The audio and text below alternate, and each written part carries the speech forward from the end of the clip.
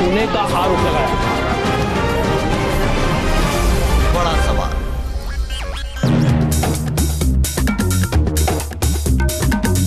आप देख रहे हैं बड़ा सवाल और लगातार हम चर्चा कर रहे हैं क्या आरक्षण का कार्ड मोदी सरकार का मास्टर स्ट्रोक है, और वो इसलिए लोकसभा में अभी इस पर चर्चा चल रही है और ऐसा लग रहा है कि कोई भी राजनीतिक दल इसके विरोध के पक्ष में शायद खड़ा नहीं हो सकता।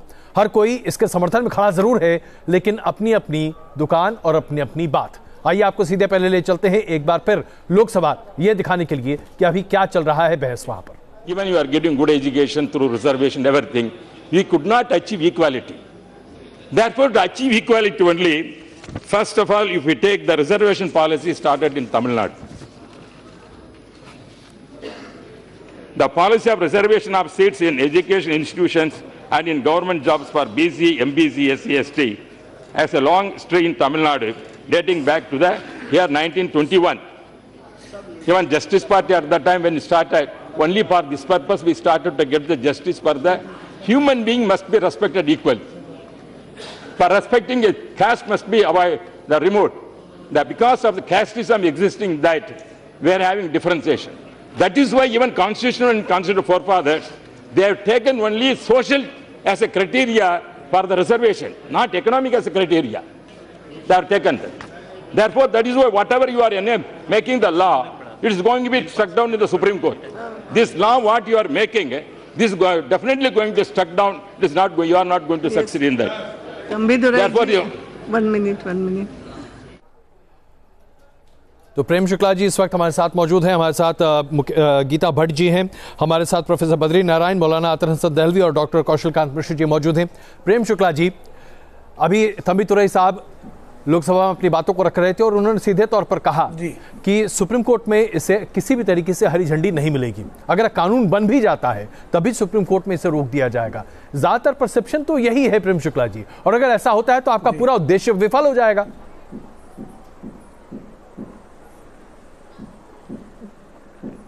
नहीं, परसेप्शन है ना, ये हकीकत नहीं है। परसेप्शन जो है, परसेप्शन टूटने के लिए हुआ करते हैं जी, और हमें पूरा विश्वास है कि संविधान संशोधन के बाद सर्वोच्च न्यायालय इसमें किसी प्रकार का विपरीत निर्णय नहीं देगा।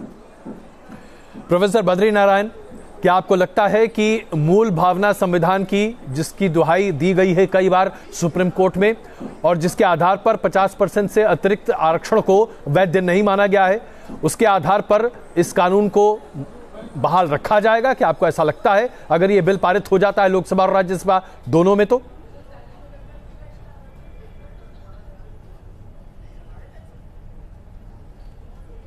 देखिए, ये कहना मुश्किल है कि कोर्ट क्या स्टैंड लेती है, क्योंकि पहले भी ऐसे प्रयास हुए हैं और प्रयास रुक गए हैं। तो कोर्ट हो सकता है इस प्रोसेस पर कहीं रोक लगा दे, लेकिन ये इससे देखिए दो बात सदने जा रही है। एक तो ये सदने जा रहा है कि जो अभी प्रेम शुक्ला जी कह रहे थे, परसेप्शन टूटने के लिए होता है, परसेप्शन बनने के लिए होता है, और परसेप्शन के फायदे होते हैं। चुनाव परसेप्शन पे ही लड़े जाते हैं और जीते जाते हैं जी। और ये अगर एक परसेप्शन को बीजेपी बनाने की कोशिश कर रही है कि हम सबका साथ सबका विकास और सबके लिए हम सोच रहे हैं जी, और एक इकोनॉमिक रिजर्वेशन का एक बहस इंट्रोड्यूस हो जाएगा, और वो पूरे आप समझिए संविधान के नेचर को बहुत गहरे ढंग से प्रभावित करेगा, वो पूरे स्ट्रक्चर को बहुत गहरे ढंग से प्रभावित करेगा। मैं ये नहीं कह रहा हूं, मैं एक फिक्सिटी में बिलीव नहीं करता संविधान के, संविधान इवॉल्व करता है जी, और हो सकता है इससे एक नई बहस खड़ी हो, नई जरूरत को रिस्पॉन्ड करने के लिए की जा रही हो।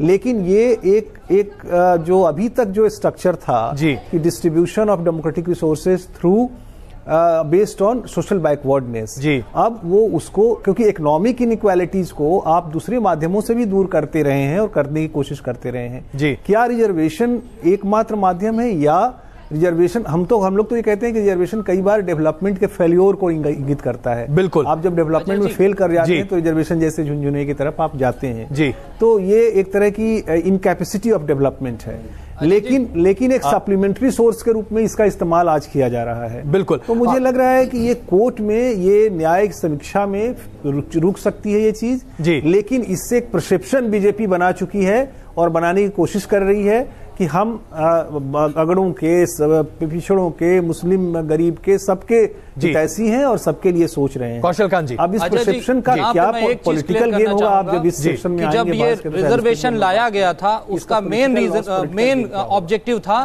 कि जो अनटचबिलिटी थी उसको एबॉलिश करने के लिए लाया गया था जी। जो अनटचबिलिटी कुछ दलित जातियों में थी उसको अवॉइड करने के लिए रिजर्वेशन लाया गया था।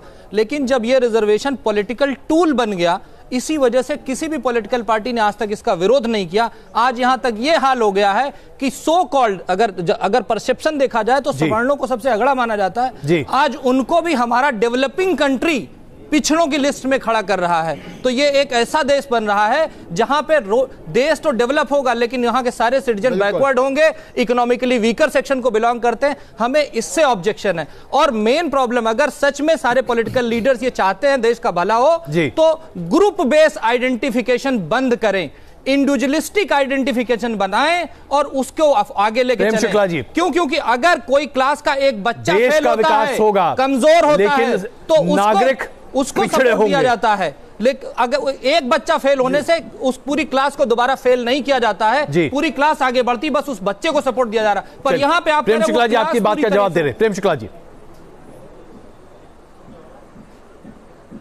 जी नहीं, कौशल जी जो बातें कर रहे हैं वो एक पक्ष है, लेकिन वो समग्रता में नहीं है। ऐसे में जो लोग पिछड़े हैं, जो सामाजिक रूप से आज भी जो है संशक्ति दी जाने की जिनको आवश्यकता है, जो लोग अभी भी नीचे के पायदान पर खड़े हैं, उनको ऊपर लाने के लिए आरक्षण जैसे प्रावधानों का सदुपयोग आवश्यक है।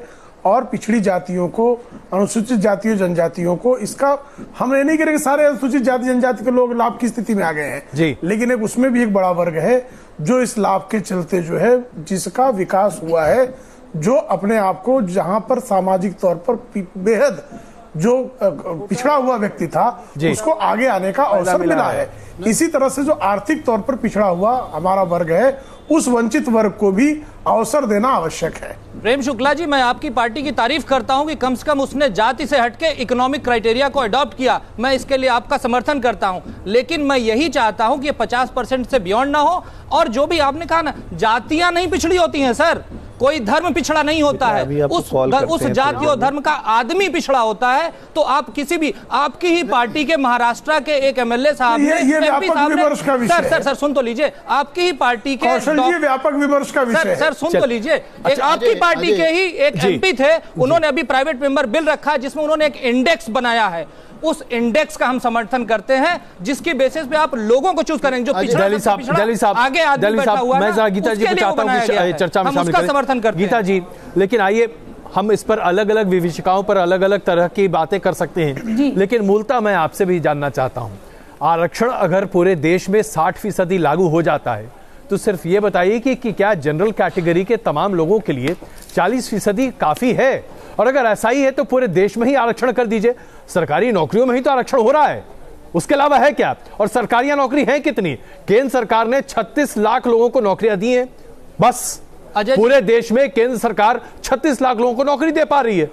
अजय जी, यहां पे एक चीज और, जनरल कैटेगरी का मतलब यह कभी नहीं था कि केवल सवर्ण या कोई अगला। मैडम सुन लीजिए, जनरल कैटेगरी का मतलब था वो सारे लोग जो मेरिट में ऊपर आते थे, उसमें SC ST OBC कोई भी वो सब आता था, जनरल कैटेगरी उसे कहते थे। चलिए गीता जी देखिए अजय जी, आप बात कह रहे हैं उसमें एक व्यापक विमर्श की आवश्यकता है, मैं ये मानती हूं। लेकिन कहीं ना कहीं देखिए, एक जो शुरुआत हुई है और जिसके लिए जो आर्थिक आधार पर जो आरक्षण देने की बात है, जिसे कि बहुत पार्टियों ने पहले कहा, लेकिन कहीं ना कहीं आज उसको एक जिसे कहते हैं प्रैक्टिकली उसको अप्लाई करने का जो एक प्रयास किया जा रहा है, गीता जी, और मेरा सवाल भिन्न है, तरीके से किया जा रहा है। बार बार कई वक्तव्य उठा रहे हैं।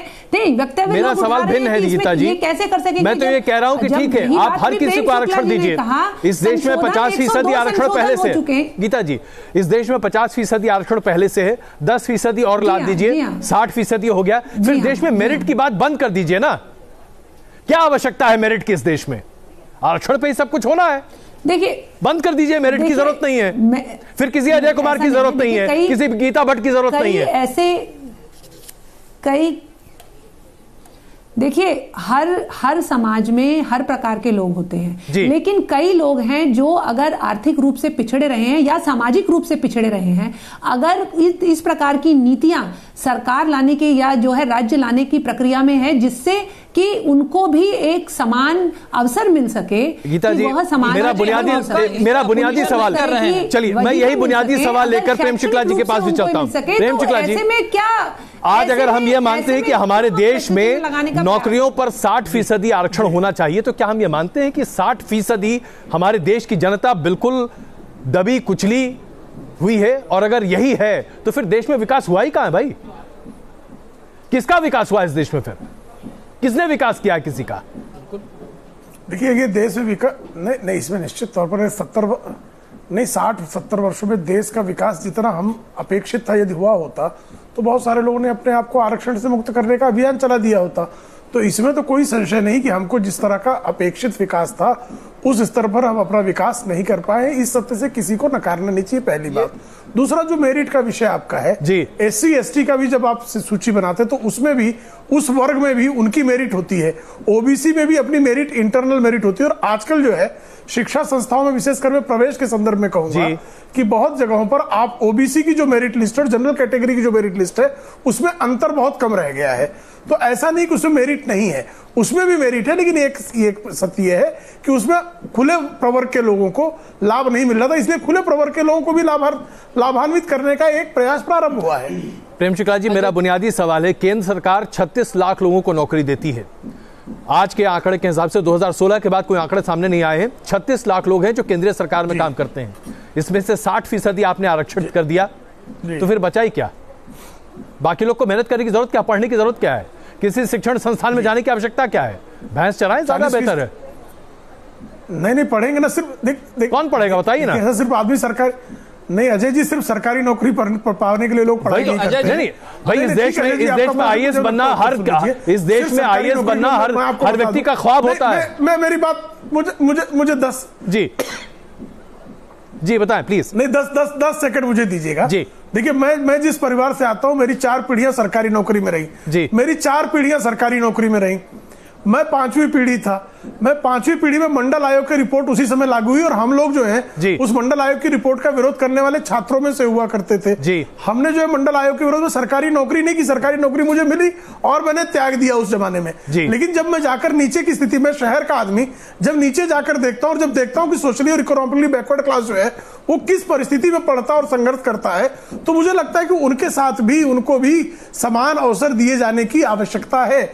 ऐसी स्थिति में जो है सिर्फ नौकरी, सरकारी नौकरी पाने के लिए कोई पढ़ाई कर रहा है, यह संकल्पना भी गलत है। प्रेम जी, हम कभी इसके खिलाफ नहीं रहे हैं कि आप किसी गरीब को, किसी पिछड़े को, किसी दबे को समर्थन करते हैं, हमने कभी उसको अपोज नहीं किया। अगर आप लोगों की मंशा इतनी साफ होती तो 69% वाले तमिलनाडु में आज OBC का जो मेरिट लिस्ट है वो जनरल से बहुत आगे है, उसके बाद भी वहां पे 69% रिजर्वेशन चल रहा है।